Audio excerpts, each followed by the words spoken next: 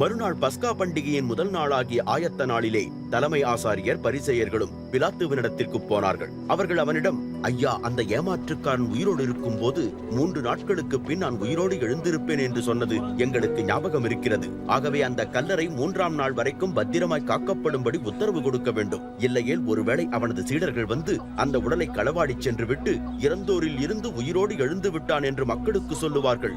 அப்படி நடந்தால் கடைசி ஏமாற்று முதல் ஏமாற்றை விட மோசமானதாயிருக்கும் என்றார்கள். அதற்கு பிலாத்து அவர்களிடம், காவல் வீரர்களை கூட்டிக் கொண்டு போய் உங்களுக்கு தெரிந்தபடி கல்லறையை பத்திரமாய் காவல் செய்யுங்கள் என்றான். எனவே அவர்கள் போய் கல்லறை வாசற் கல்லின் மேல் முத்திரையிட்டு காவலாளிகளை வைத்து பத்திரமாய் கல்லறையை காவல் செய்தார்கள்.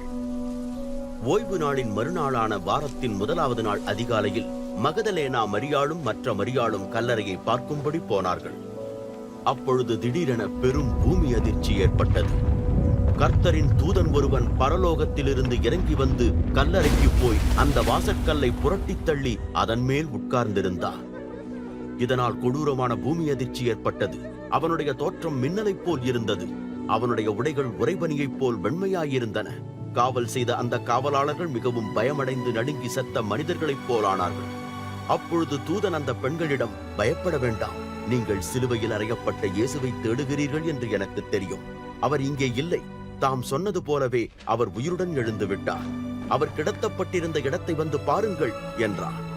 நீங்கள் விரைவாக போய் அவருடைய சீடர்களிடம் சொல்ல வேண்டியதாவது, அவர் இறந்தவர்களிடையே இருந்து எழுந்து விட்டார். நீங்கள் போவதற்கு முன்பாக அவர் கலிலேயாவுக்கு போகிறார். அங்கே நீங்கள் அவரை காண்பீர்கள். இதோ நான் உங்களுக்கு அறிவித்து விட்டேன் என்றும் சொன்னான். எனவே அந்த பெண்கள் கல்லறையை விட்டு விரைந்து சென்றார்கள். பயமடைந்தவர்களாகவும் அதே வேளையில் மகிழ்ச்சி நிறைந்தவர்களாகவும் நடந்ததை சீடர்களிடம் சொல்லும்படி ஓடினார்கள். ஆனால் திடீரென இயேசு அவர்களை சந்தித்து வாழ்த்தினார்.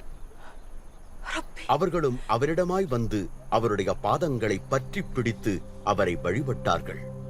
இயேசு அவர்களிடம், பயப்பட வேண்டாம், நீங்கள் போய் என் சகோதரரிடம் கலிலேயாவுக்கு போகும்படி சொல்லுங்கள். அங்கே அவர்கள் என்னை காண்பார்கள் என்றார்.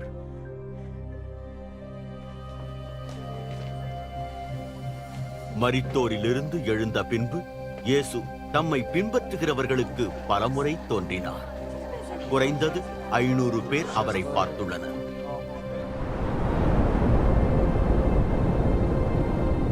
அப்பொழுது 11 சீடர்களும் கலிலேயாவுக்கு போனார்கள். அவர்கள் தாங்கள் போக வேண்டும் என்று இயேசுவினால் குறிப்பிட்டு சொல்லப்பட்டிருந்த மலைக்கு போனார்கள்.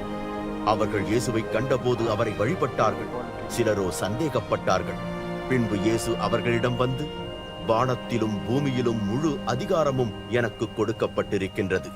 எனவே நீங்கள் புறப்பட்டு போய் எல்லா ஜனத்தவர்களிலும் இருந்தும் எனக்கு சீடரை ஏற்படுத்துங்கள். பிதா, குமாரன், பரிசுத்த ஆவியானவருடைய பெயரில் அவர்களுக்கு ஞானஸ்நானம் கொடுத்து நான் உங்களுக்கு கட்டளையிட்ட யாவற்றிலும் கீழ்ப்படியும்படி அவர்களுக்கு கற்பித்து அவர்களை சீடராக்குங்கள். இந்த உலகம் முடியும் மட்டும் நான் எப்பொழுதும் நிச்சயமாகவே உங்களுடனே கூட இருக்கிறேன் என்றார்.